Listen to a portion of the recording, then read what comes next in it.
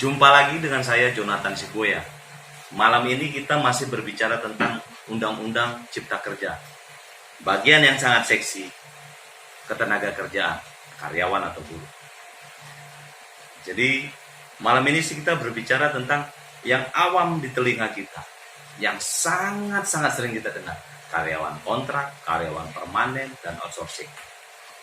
Padahal di Undang-Undang Cipta Kerja itu masih tetap diatur, hanya mengamandemen pasal dari Undang-Undang Nomor 13 Tahun 2003 tentang ketenaga kerjaan. Jadi PKWTT atau perjanjian kerja waktu tidak tertentu, yaitu karyawan tetap, coy. PKWT, perjanjian kerja waktu tertentu, yaitu karyawan kontrak. Jadi so what gitu loh. Orang masih sama kok. Yang dihapus yang mana? Bahkan lebih ditegaskan lagi, lebih diatur lagi. Contohnya satu saya kasih. Khusus PKWTT atau karyawan tetap. Selama ini lu percobaan berapa bulan? 6 bulan. Itu melanggar undang-undang, bro. Yang benar itu 3 bulan. Jadi kalau misalnya mau membahas lagi, dibaca dulu.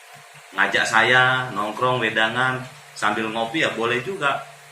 Karena banyak dari kita yang tidak membaca tapi sudah komentar. Itulah hebatnya orang kita. Minum dulu, bro. Yang ketiga, saya mengambil tentang outsourcing. Ini memang paling banyak. Dari dulu, sejak saya jadi karyawan, itu masalah outsourcing. Sekarang outsourcing lebih tegas diatur di dalam Undang-Undang Cipta Kerja. Tolong dibaca. Saya kasih contoh. Jadi tentang outsourcing ini, hanya mengamandemen. Dulu di Undang-Undang Nomor 13 Tahun 2003 tentang ketenaga kerjaan itu diatur di dalam pasal 64 dan 65. Di amandemen itu di pasal tertuang di pasal 66 Undang-Undang Cipta Kerja. Saya kasih contoh satu.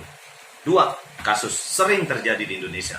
Yang pertama, jika vendor itu berganti vendor, bagaimana dengan karyawan outsourcing?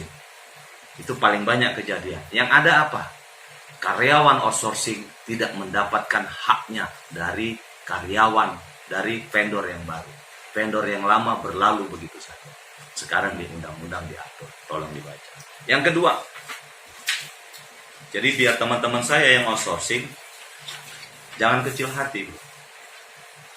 Yang kedua, pertanyaan yang masuk ke saya itu, apabila saat berakhirnya hubungan kerja pekerja outsourcing dengan perusahaan vendor, itu mendapat kompensasi enggak sih? Di Undang-Undang Cipta Kerja diatur.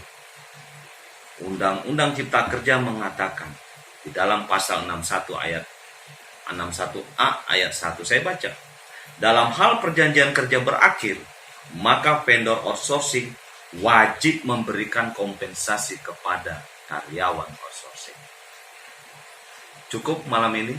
Moto saya masih sama. Hak Anda, kewajiban kami. Kewajiban Anda, hak kami. Terima kasih.